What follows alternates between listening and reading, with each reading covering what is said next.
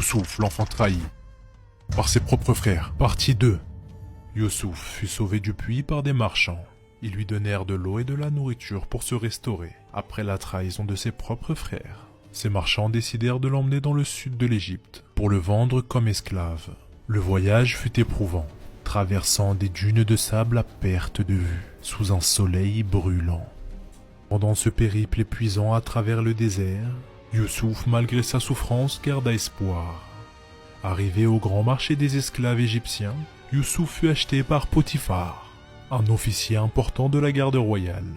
Dans sa nouvelle demeure, Youssouf travaillera avec diligence et deviendra rapidement intendant de tous les biens de son maître.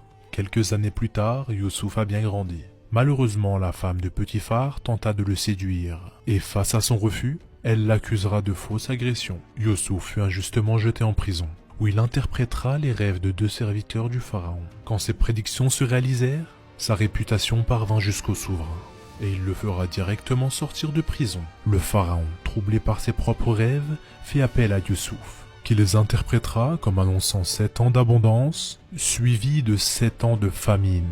Impressionné, le pharaon nommera Youssouf gouverneur de l'Égypte. Grâce à sa prévoyance, Youssouf sauvera le pays et les nations voisines de la grande pénurie de nourriture qui allait s'abattre dans la région. Si vous voulez voir la suite, abonnez-vous et mettez partie 3 en commentaire.